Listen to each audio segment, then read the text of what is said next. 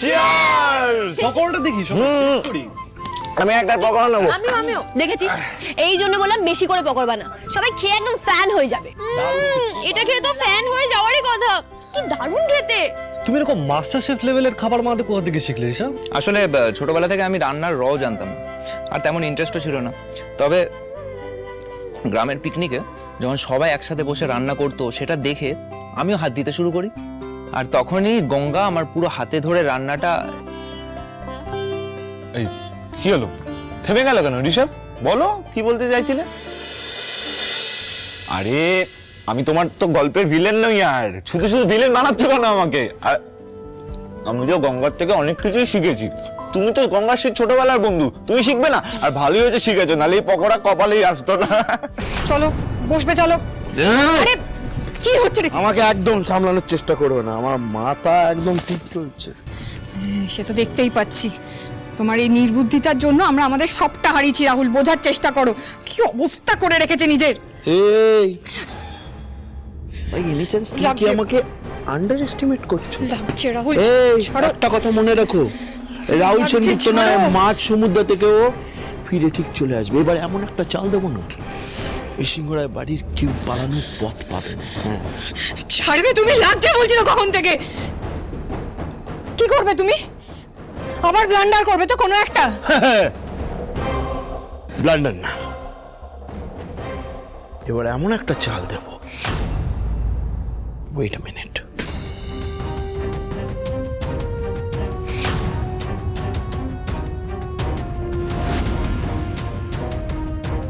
Hello, আমি রাহুল সেনগুপ্ত বলছিলাম। আমি আজকেই আপনার সাথে দেখা করব। ওকে।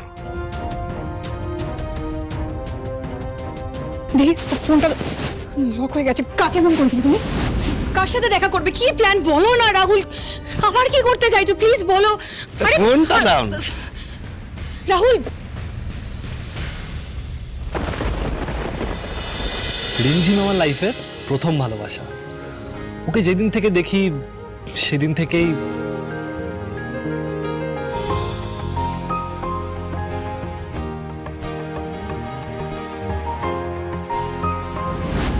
and the list continues.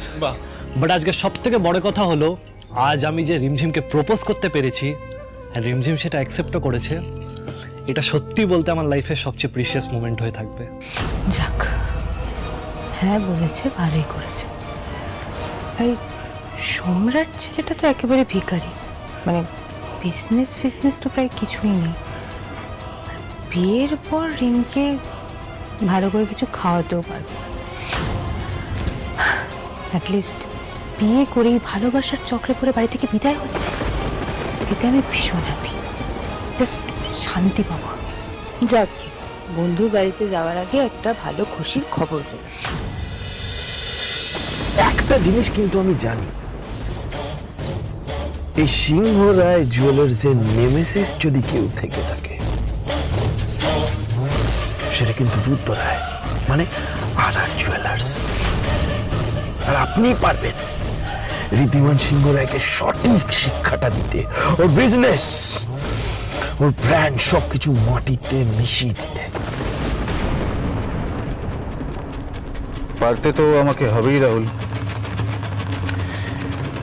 কারণ রুদ্র রায় বাজি জিতবার আগে হারতে শেখেনি, হার মানতে শেখেনি। অধিকার, পাওয়ার, প্রফিট, এই সব কিছুই আমি নিজের প্রয়োজন মতো ছিনিয়ে নিই। রাহুল, এবার তুমি আমাকে বলো, এই অধিকার ছিনিয়ে নিতে তুমি কি করতে পারো? Everything, everything. এবার আমার যা প্রাপ্য অধিকার, আমি চিনি নিতে যা করার তাই করব। That's the spirit. আমি জানতাম তোমার মধ্যে সেই সদ ইচ্ছে আছে, তুমিই পারবে। বাট আমি তোমাকে যেটা বলেছি সেটা কিন্তু আমার চাই Rahul, at any cost. Everything. আপনি ঠিক যেমনটা চান ঠিক তেমনটাই হবে। আর এই পথে কেউ বাধা দিতে এলে রাহুল তাকে নিজে উপড়ে দেবে। আজ অব্দি রিমঝিমকে আমি যে নিজের মনের কথা বলতে সাহস করতে পারিনি, তেমনি রাহুল আঙ্কেল আর দুতি আন্টির সামনেও বিয়ের কথা বলার মুখ ছিল না আমার। কিন্তু এবার ভেবেছি আমি এটা নিয়ে কথা বলবো, ইয়েস, পারমিশন নেব। এবার ঝটপট বিয়েটা হয়ে যাবে। মিমি আর যে 100% পারমিশন দেবেই, তারপরে এই বাড়িতে বাজবে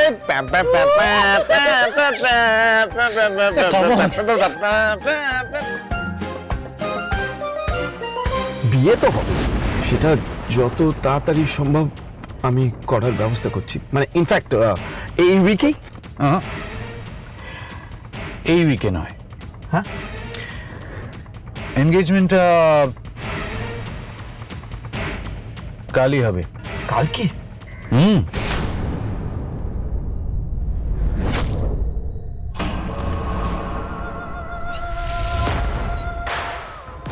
তাহলে এনগেজমেন্টটা কালই হচ্ছে তো?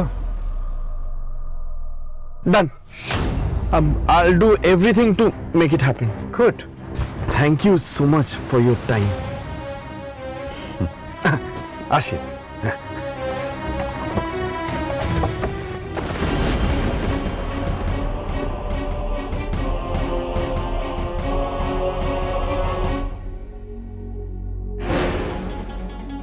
বলুন মিস্টার রায়। কাজটা কালকের মধ্যেই হয়ে যাবে তো? হ্যাঁ, অফকোর্স। আমার ছেলেপুলেরা জানিয়ে দিয়েছে যে আর মাত্র 24 ঘন্টা সময় লাগবে, তারপরে ঋদ্ধিমান সিংহ রায় চিরকালের মতন শেষ হয়ে যাবে।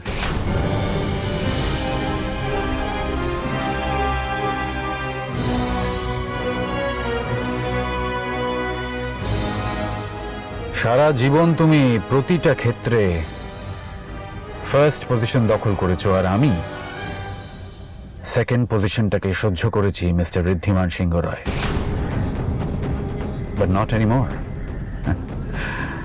কারণ এইবার আমি বাজিটা এমনভাবে পাল্টে দেব যে ফার্স্ট পজিশনটা দখল করার জন্য তুমি আর আস্তই থাকবে না।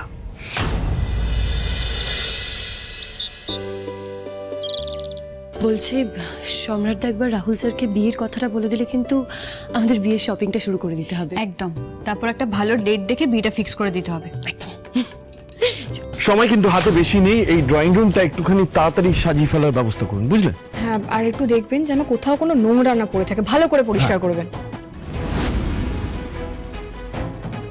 ঠিক আছে, এগুলো একদম ঠিক আছে। কি ব্যাপার, কি হয়েছে হঠাৎ করে তোমরা এরকম বাড়ি সাজাচ্ছ কেন?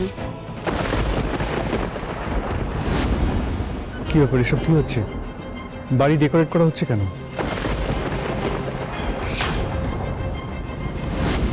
সেটাই তো আমিও জিজ্ঞেস করলাম, কিছুই তো বলছে না। কি ব্যাপার, তোর কানে কথা যাচ্ছে না? সবাই তো জিজ্ঞেস করছে কি হচ্ছেটা কি, উই নিড টু নো।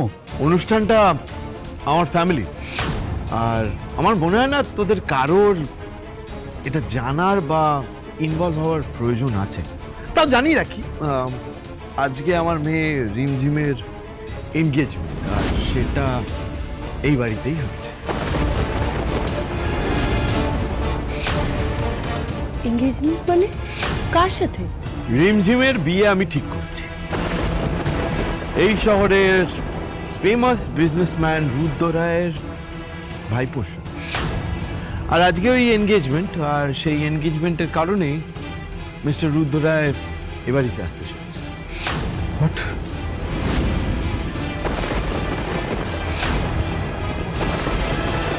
তুই রুদ্র রায়ের ফ্যামিলিতে রিমঝিমের বিয়ে ঠিক করেছিস, আর সেটা একবার আমাদের সাথে ডিসকাস করার প্রয়োজন বোধ করলি না? আপনারা প্লিজ একটু বাইরে যান, আমাদের পার্সোনাল একটু কথা আছে, পরে আপনাদেরকে ডেকে নিচ্ছি।